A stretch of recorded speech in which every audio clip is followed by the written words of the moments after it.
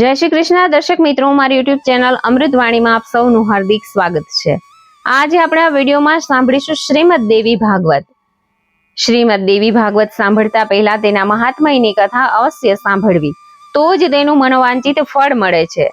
સંપૂર્ણ શ્રીમદ દેવી ભાગવતમાં માતાજીની કથા અને તેના ગૂઢ રહસ્યોની કથાનું વર્ણન કરવામાં આવ્યું છે। માતાજીની આરાધના કરવાથી મનુષ્ય માત્રને સુખ, શાંતિ, સમૃદ્ધિ, યશ, કીર્તિ, ભક્તિ અને મુક્તિ પ્રાપ્ત થાય છે। શ્રીમદ દેવી ભાગવતમાં કુલ 12 સ્કંધોનું વર્ણન છે। સંપૂર્ણ દેવી ભાગવત કથાનું શ્રવણ કરવાથી મનુષ્ય સર્વે પ્રકારે નિર્ભય બની જાય છે। પરંતુ જો આ દેવી ભાગવતનું શ્રવણ નવરાત્રિમાં કરવામાં આવે તો માતાજીની આપણા ઉપર વિશેષ કૃપા પ્રાપ્ત થાય છે। જો આપને મારો વિડીયો પસંદ આવે તો ચેનલને લાઈક, શેર અને સબસ્ક્રાઇબ કરો, જેથી નવા આવનારા વિડીયોના નોટિફિકેશન તમને મળતા રહે અને મારા વિડીયો આપ સુધી તુરંત પહોંચી શકે। ધન્યવાદ। 11મો સ્કંધ। 11મા સ્કંદની અંદર સાંભળીશું સદાચારનું વર્ણન, રુદ્રાક્ષનું મહત્વ, ભગવતી ગાયત્રી માતા, ગાયત્રી મહિમા અને પૂજન વિધિ, કામના સિદ્ધિ માટે ગાયત્રીના વિવિધ પ્રયોગો અને પ્રાજાપત્ય અને ચાંદ્રાયણ વ્રતોની કથા સાંભળીશું। સદાચારનું વર્ણન। નારદે કહ્યું કે હે ભગવાન, આપે ભગવતી જગદંબાના પરમ અદ્ભુત ચરિત્રનું વર્ણન કર્યું છે। હે પ્રભુ, જેનાથી ભગવતી પ્રસન્ન થઈને સદા ભક્તોની રક્ષા કરે છે, હવે હું તે સદાચાર સાંભળવા ઈચ્છું છું, જે કૃપા કરીને કહો। ભગવાન નારાયણ કહે છે કે હે તત્વજ્ઞાની નારદ, તમે સાંભળો, હવે હું સદાચારનું ક્રમશઃ વર્ણન કરું છું, જેના અનુષ્ઠાનથી દેવી પ્રસન્ન થઈ જાય છે। સૂર્યોદયથી સૂર્યાસ્ત સુધી બ્રાહ્મણે ધર્મ સાધનામાં, સત્કર્મમાં જોડાયેલું રહેવું જોઈએ, કારણ કે માતા, પિતા, પુત્ર, સ્ત્રી અને ભાઈ બંધુ કોઈ પણ આત્માને મદદ કરી શકતા નથી। માત્ર એક જ ધર્મ સહાયતા કરવામાં સાથ આપે છે। ધર્મમય આચાર મહાન દીપક રૂપે મુક્તિનો માર્ગ બતાવે છે। કર્મથી જ્ઞાનની વૃદ્ધિ થાય છે, એવું મનોનું વાક્ય છે। શ્રુતિ અને સ્મૃતિ આ બંને આંખો છે, પુરાણ હૃદય છે। આ ત્રણેય શાસ્ત્રોની વાણી એ જ ધર્મ છે। રાત્રિના ચોથા પહોરમાં ઉઠીને બ્રહ્મનું ધ્યાન કરવું, ત્યાર પછી દીપકની જેમ હૃદયમાં વિરાજેલા ભગવાનનું ધ્યાન કરવું। વિવેકી મનુષ્ય મનમાં એવી ધારણા કરવી કે મારા હૃદયમાં અવશ્ય ભગવાન બિરાજમાન છે। ભગવાન નારાયણ કહે છે, હે નારદ, વેદોના તેના 6 અંગો સાથે અભ્યાસ કર્યો હોય તે પણ આચારહીન મનુષ્યને પવિત્ર કરી શકતા નથી। ગાયત્રી જપ જેવું શ્રેષ્ઠ કાર્ય આ લોકમાં અથવા પરલોકમાં બીજું કોઈ નથી। તે જપ કરનારની રક્ષા કરે છે, તેથી તેનું નામ ગાયત્રી છે। પ્રણવ અને 3 વ્યાહતીઓ મંત્રની સાથે હંમેશા રહેવી જોઈએ। બ્રાહ્મણે પ્રાણાયામ વખતે પ્રાણ, અપાન તથા સમાન આ 3 વાયુને સંયમમાં રાખવા। શ્રુતિ સંપન્ન થઈને પોતાના ધર્મ પાલનમાં તદાકાર રહીને નિરંતર વૈદિક મંત્રનો સગર્ભ જપ કરવો। જપયુક્ત પ્રાણાયામ તે સગર્ભ કહેવાય, માત્ર ધ્યાનયુક્ત પ્રાણાયામ તે અગર્ભ કહેવાય। રુદ્રાક્ષનું મહત્વ।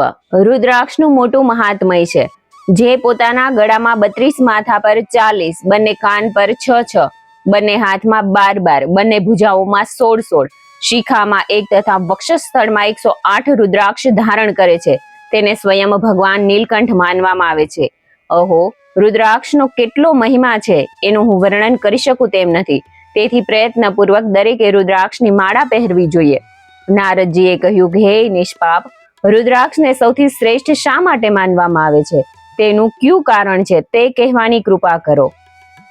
ભગવાન નારાયણ કહે છે કે હે મુનિ, પ્રાચીન કાળની વાત છે। આ સંબંધમાં જ કાર્તિક સ્વામીએ ભગવાન શંકરને પૂછ્યું હતું। મહાદેવજીએ જે કહ્યું હતું તે હું તમને કહું છું, તે તમે સાંભળો। ષડાનંદ, હું તત્વ સાથે અને સંક્ષેપમાં તમારા પ્રશ્નનું સમાધાન કરું છું, તે સાંભળો। ઘણા સમય પહેલાની વાત છે। ત્રિપુર નામનો એક અજય દૈત્ય હતો। તેનાથી બ્રહ્મા, વિષ્ણુ વગેરે સર્વે દેવતાઓ પરેશાન હતા। ત્યારે બધાએ મને એક પ્રાર્થના કરી કે મેં ત્રિપુરાસુરનો વધ અને દેવતાઓનો ઉદ્ધાર કરવા માટે મારા એ અઘોર શસ્ત્રનું ચિંતન કર્યું। ઘણી વાર સુધી મારા નેત્રો બંધ હતા। ત્યાર પછી મારા નેત્રોમાંથી થોડા જળના ટીપા પૃથ્વી ઉપર પડ્યા હતા। તે અશ્રુ બિંદુઓથી મહાન રુદ્રાક્ષ વૃક્ષ ઉત્પન્ન થયું। મારી આજ્ઞાથી સમસ્ત દેવતાઓના કલ્યાણ અર્થે તે જ વૃક્ષમાંથી 38 પ્રકારના રુદ્રાક્ષ ફળ સ્વરૂપે પ્રગટ થયા। કપિલ વર્ણના 12 પ્રકારના રુદ્રાક્ષોની સૂર્યના નેત્રોથી, શ્વેત વર્ણના 16 પ્રકારના રુદ્રાક્ષોની ચંદ્રમાના નેત્રોથી, તથા કૃષ્ણ વર્ણના 10 પ્રકારના રુદ્રાક્ષોની અગ્નિના નેત્રોથી ઉત્પત્તિ થઈ એવું માનવામાં આવે છે. આ પ્રકારે 40 પ્રકારના રુદ્રાક્ષ છે. શ્વેત વર્ણનો રુદ્રાક્ષ બ્રાહ્મણ જાતિનો, રક્ત વર્ણનો ક્ષત્રિય જાતિનો અને મિશ્ર રંગવાળો વૈશ્ય તથા કૃષ્ણ વર્ણવાળો શુદ્ર કહેવાય છે. અર્થાત જે તે વર્ણવાળાઓએ પોતાના વર્ણનો રુદ્રાક્ષ ધારણ કરવો જોઈએ. હે મુનિ, રુદ્રાક્ષ ધારણ કરનારો પુરુષ સદા દેવતાઓ દ્વારા પૂજાય છે. તેને અંતમાં પરમગતિ પ્રાપ્ત થાય છે. 108 રુદ્રાક્ષની અથવા 50 અને 27 મણકાની માળા બનાવીને પહેરવાથી અથવા તેનાથી જપ કરે તો તેનું અનંત ગણું ફળ મળે છે. જે પુરુષ 108 રુદ્રાક્ષોની માળા પહેરે છે તો તેને ક્ષણે ક્ષણે અશ્વમેઘ યજ્ઞનું ફળ મળે છે. ગાયત્રી મહિમા તથા પૂજન વિધિ. ભગવાન નારાયણ કહે છે કે હે નારદ, જુદા જુદા પાદો છૂટા પાડીને ગાયત્રીનો જપ કરવાથી બ્રહ્મહત્યા નાશ પામે છે અને પાદો છૂટા પાડ્યા વિના એકદમ સળંગ જપ કરવાથી બ્રહ્મહત્યા લાગે છે. જેટલા જપ કરવા અભિષ્ટ હોય તેના 8મા ભાગમાં ગાયત્રીના 4થા પદનો જપ કરવો આવશ્યક છે. આ પ્રમાણે જપ કરનાર બ્રાહ્મણને પણ જ્ઞાની સમજવો જોઈએ. તે સાયુજ્ય પદનો અધિકારી બની જાય છે. વિદ્વાનોએ જળમાં ઉભા રહીને ક્યારેય ગાયત્રી જપ ન કરવા, કારણ કે મહર્ષિઓનું માનવું છે કે અગ્નિમુખી કહેવાય છે. સંધ્યાકારમાં સમાપ્ત કરીને અગ્નિહોત્ર કરવો. હોમ કર્યા પછી સાવધાન થઈને 5 દેવતાઓની પૂજા કરવી જોઈએ. તે 5 દેવતા ભગવતી શિવા, શંકર, ગણેશ, સૂર્ય અને વિષ્ણુ. પુરુષ સૂક્ત, વ્યાહતિ, મૂલમંત્ર અને શ્રી ચરસ્તે આ મંત્રની પૂજા કરવી જોઈએ. મંડળના વચ્ચેના ભાગમાં ભવાનીની પૂજા થવી જોઈએ. ઈશાન ખૂણામાં માધવની, અગ્નિ ખૂણામાં ગિરિજાપતિ શંકરની, નૈઋત્ય ખૂણામાં ગણેશની, વાયવ્ય ખૂણામાં સૂર્યની સ્થાપના કરવી જોઈએ. 16 પ્રકારના ઉપચારોથી 16 મંત્રો બોલીને પૂજાની વસ્તુઓ દેવતાઓને અર્પણ કરવી. સર્વપ્રથમ દેવીની પૂજા કરીને ક્રમશઃ અન્ય દેવતાઓનું પૂજન કરવું, કારણ કે દેવીની પૂજાથી વધીને બીજું કોઈ પુણ્ય નથી. તેથી સંધ્યાઓમાં સંધ્યાની ઉપાસના કરવામાં આવે છે. અક્ષતથી ભગવાન વિષ્ણુની, તુલસીથી ગણેશની, દુર્વાથી દુર્ગાની અને કેતકીના પુષ્પોથી ભગવાન શંકરની પૂજા ક્યારેય કરવી જોઈએ નહીં. માલતી, ચમેલી, કાંટા શેરિયાનું પુષ્પ, પનસનું પુષ્પ, કેસુડા, બોરસલે, મોગરો, લોધર, કરેણ, શીંશપા, અપરાજિતાનું પુષ્પ, બપોરિયાનું પુષ્પ, અગથિયા, મંદાર, સિંધુવાર, ખાખરાનું ફૂલ, દુર્વા, બિલીપત્ર, દર્ભની માંજર, શલકલી, માધવી, મંદારનું ફૂલ, કેતકી, કચનાર, કંદમ, નાગકેસર, ચંપો, જુહી અને ટગર વગેરેના ફૂલો ભગવતીને અતિ પ્રિય છે. ગુગળનો ધૂપ અને તલના તેલનો દીવો પ્રગટાવવો. આ પ્રમાણે દેવીની પૂજા કરીને મૂળ મંત્રનો જપ કરવો. વિદ્વાનોએ પૂજા સમાપ્ત કરીને વેદાધ્યાન કરવું જોઈએ. કામના સિદ્ધિ માટે ગાયત્રીના વિવિધ પ્રયોગ. નારદજીએ કહ્યું કે હે કરુણાનિધિ, હવે આપ ગાયત્રીના શાંતિના પ્રયોગોનું સંક્ષેપમાં વર્ણન કરો. ભગવાન નારાયણ કહે છે કે હે નારદ, તમે આ અત્યંત ગૃહ્ય વિષય પૂછ્યો છે. બ્રાહ્મણે દુધાળી સમિધોથી 1000 ગાયત્રી જપ કરીને હવન કરવો. એ સમિધો ખીજડીની હોવી જોઈએ.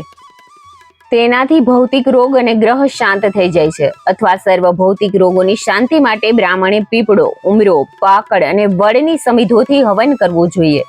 જપ અને હોમ પછી હાથમાં જળ લઈને સૂર્યનું તર્પણ કરવું. આનાથી શાંતિ મળે છે. 7 સુધી પાણીમાં ઉભા રહી ગાયત્રી જપ કરીને મનુષ્ય સર્વે દોષો શાંત કરી શકે છે. કંઠ સુધી જળમાં ઉભા રહી જપ કરવાથી પ્રાણાંતનો ભય દૂર થાય છે. સર્વ પ્રકારની શાંતિ માટે જળમાં ડૂબીને ગાયત્રીનો જપ કરવો જોઈએ એમ કહેવાયું છે.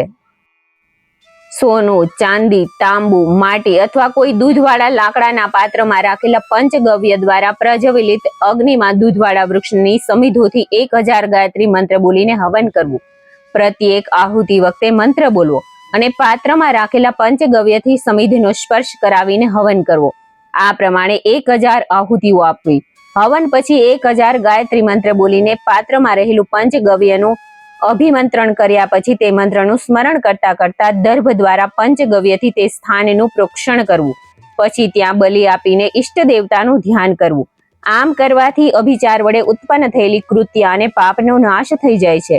જે આ પ્રમાણે કરે છે તો દેવતાઓ, ભૂત અને પિચાચ તેમના વશમાં રહે છે. પૃથ્વી પર ચતુષ્કોણ મંડલ કરી તેની મધ્યમાં ગાયત્રી મંત્ર બોલીને ત્રિશૂળ દાટી દેવું. આનાથી પિચાસોના આક્રમણથી મનુષ્ય બચી જાય છે અથવા સર્વ શાંતિ માટે ઉપર કહેલા કર્મમાં જ ગાયત્રીના 1000 મંત્રથી અભિમંત્રિત કરીને ત્રિશૂળ દાટવું. ત્યાં સોનું, ચાંદી, તાંબુ અને માટીનો દિવ્ય કળશ સ્થાપિત કરવો. તે કળશ છિદ્ર વિનાનો હોવો જોઈએ. તેના પર વસ્ત્ર વીંટાળવું. રેવતી વેદી પર કળશને સ્થાપી દેવો. વેદ પાઠી બ્રાહ્મણોએ તેમાં જળ ભરવું. પછી શ્રેષ્ઠ બ્રાહ્મણો ચારે દિશાઓમાં તીર્થોમાં તેનું આહવાન કરે. એલચી, ચંદન, કપૂર, જાયફળ, ગુલાબ, માલતી, બીલીપત્ર, વિષ્ણુકાંતા, સહદેવી, ધાન, જવ, તલ, સરસવ તથા દુધાળા વૃક્ષ અથવા પીપળો, ઉમરો, પાકળ અથવા વડના કૂણા પાન તે કળશમાં પધરાવવા જોઈએ. તેમાં 27 દર્ભોથી ગૂંથેલો કૂચડો મૂકવો. આ પ્રમાણે બધો વિધિ થઈ ગયા પછી સ્નાનાદિ કરીને પવિત્ર થયેલ જીતેન્દ્રિય બુદ્ધિમાન બ્રાહ્મણ 1000 ગાયત્રી મંત્રોથી તે કળશને અભિમંત્રિત કરે. વેદજ્ઞ બ્રાહ્મણો ચારે દિશાઓમાં બેસીને સૂર્યાદિ દેવતાઓના મંત્રનો પાઠ કરે. સાથે સાથે તે અભિમંત્રિત જળથી પ્રોક્ષણ કરવું. તેનાથી અભિષેક કરતા કરતા તે જળ પીવડાવવું. આ પ્રમાણે વિધિ સંપન્ન કરનાર મનુષ્ય ભૌતિક રોગો અને ઉપચારોથી મુક્ત થઈને પરમ સુખી થઈ શકે છે. આ અભિષેકના પ્રભાવથી મૃત્યુના મુખમાં ગયેલો મનુષ્ય પણ મુક્ત થઈ જાય છે. બ્રાહ્મણે શનિવારના દિવસે પીપળાના વૃક્ષ નીચે ગાયત્રીના 100 જપ કરવા. તેનાથી તે ભૌતિક રોગ અને અભિચારથી થયેલા મોટા ભયથી મુક્ત થઈ જાય છે. બ્રાહ્મણે ગળોનો ટુકડા કરી તેમાં દૂધમાં ભીંજવીને અગ્નિમાં આહુતિ આપવી. આ હોમને મૃત્યુંજય કહે છે. આ હોમમાં દરેક પ્રકારની વ્યાધિઓનો નાશ કરવાની શક્તિ છે. તાવની શાંતિ માટે આંબાના પાંદડાઓને દૂધમાં ભીંજવીને હોમ કરવો. દૂધમાં ભીંજાયેલી વજથી હવન કરવાથી ક્ષય રોગ મટે છે. દૂધ, દહીં અને ઘીનો હોમ કરવાથી ક્ષય રોગ નાશ પામે છે. ખીરનું હવન કરીને ભગવાન સૂર્યનારાયણને અર્પણ કરી પ્રસાદ રૂપે પ્રાશન કરવાથી પણ ક્ષય રોગ શાંત થાય છે. શંખના વૃક્ષના ફૂલથી હવન કરવાથી કુષ્ઠ રોગ મટે છે. અપામાર્ગના બીજથી હવન કરવામાં આવે તો વાયનો રોગ મટે છે. દૂધવાળા વૃક્ષોની સમિધોથી હવન કરવાથી ઉન્માદ નાશ પામે છે. ઉમરાની સમિધો હોમવાથી અસાધ્ય પ્રમેહ રોગ મટે છે. મધ અથવા શેરડીના રસનો હોમ કરવાથી પણ પ્રમેહનો રોગ મટે છે. ત્રિમધુ અર્થાત દૂધ, દહીં અને ઘીનો હોમ કરવાથી અથવા કપિલા ગાયનું ઘી હોમવાથી મસુરિકા નામના પગનો રોગ મટે છે. ઉમરો, વડ અને પીપળાની સમિધો હોમવાથી ગાય, હાથી અને ઘોડાના રોગ મટે છે. વીજળી પડવી, ધરતીકંપ અને અકસ્માત જેવા ઉપદ્રવોમાં જંગલી નેતરની સમિધોને 7 દિવસ સુધી હોમ કરવાથી દેશમાં શાંતિ સ્થપાય છે.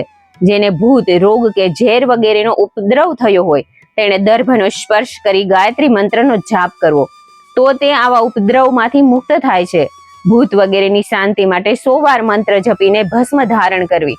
આ કાર્ય મનુષ્ય સ્વયં ન કરી શકે તો દક્ષિણા આપીને બ્રાહ્મણ પાસે શાંતિ અર્થે કરાવવા જોઈએ. ત્યાર પછી પુષ્ટિ, શ્રી અને લક્ષ્મીની પ્રાપ્તિ માટે બ્રાહ્મણે પુષ્પોની આહુતિ આપવી.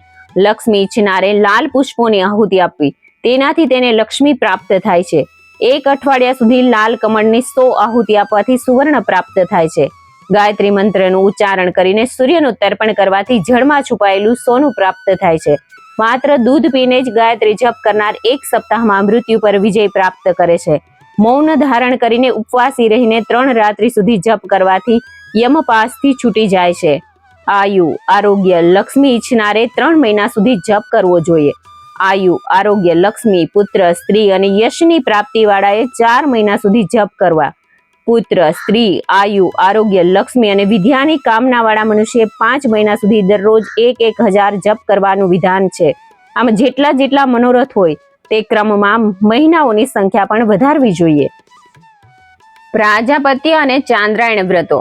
નારદજીના પૂછવા પર ભગવાન નારાયણ પ્રાજાપત્ય અને ચાંદ્રાયણ વ્રત અંગે ટૂંકી માહિતી આપતા જણાવે છે. ગાયત્રી મંત્ર અને પુરુષવરણ પૂર્વે સાધકે પ્રાજાપત્ય વ્રત કરવું જોઈએ. આ વ્રતમાં માથું અને દાઢી મુંડાવી નાખવા, નખોને કાપીને પવિત્ર બનવું, 1 દિવસ અને રાત પવિત્રતા ઉપર ધ્યાન આપે, વાણી ઉપર સંયમ રાખે, મંત્રો અને વ્યાહતિઓનો જાપ કરે, ગાયત્રીની 3 ઋચાઓ આદિમાં ઓમ લગાવીને જાપ કરે, શુદ્ધિ મંત્રોનું પઠન કરે. શુદ્ધિ મંત્રો આપો હિંષ્ઠા આ સૂક્ત પવિત્રમ અને પાપ સંહારક છે. આથી તેનું પઠન કરવું. ગાયત્રીના 10,000 જપ કરવા. આચાર્યો, ઋષિઓ, છંદો અને દેવતાઓનું જળથી તર્પણ કરવું. આ દરમિયાન દુષ્ટ, ચાંડાળ, પુત્રવધુ, નારી, ઋતુમતી સ્ત્રી સાથે વાતચીત ન કરવી. સંયમ રાખવો અને બ્રહ્મચર્ય પાળવું. ત્યારબાદ ચાંદ્રાયણ વ્રત અંગે કહે છે કે કૃષ્ણ પક્ષમાં ભોજનમાં એક ગ્રાસ ભોજન ક્રમશઃ ઓછું લેવું, અમાસના દિવસે ઉપવાસ કરવો, શુક્લ પક્ષમાં ક્રમશઃ એક માસ ભોજન વધારવું અને આ રીતે ચાંદ્રાયણ વ્રત કરવું. આ વ્રતમાં ત્રિકાળ સ્નાન જરૂરી છે. સાધકે પ્રાતઃકાળે સ્નાન કરી પછી પોતાની પૂજામાં નિત્ય કર્મો કરી મધ્યાહને 4 ગ્રાસ ભોજન લેવું, રાત્રે પણ 4 ગ્રાસ ભોજન લેવું. આ વ્રત શિશુ ચાંદ્રાયણ વ્રત છે. સ્વયંપૂર્વક મધ્યાહને 8 ગ્રાસ ભોજન લેવું એ અતિ ચાંદ્રાયણ વ્રત છે. વિધિપૂર્વક સ્વયંપૂર્વક પૂર્ણ શુદ્ધ ભાવથી આ વ્રત કરવામાં આવે તો 7 રાતમાં શરીરની અંદર રહેનાર ત્વક, અસુક, પિશિત, અસ્થિ, મેદ, મજા આદિ ધાતુઓને પવિત્ર કરી નાખે છે. આ દરેક ધાતુ 7 રાત્રિમાં પવિત્ર બની જાય છે. ઇતિ શ્રી શ્રીમદ દેવી ભાગવતમાં 11મો સ્કંધ સમાપ્ત. જય ભગવતી, જય જગદંબે, જય માતાજી. મને સાંભળવા માટે ધન્યવાદ.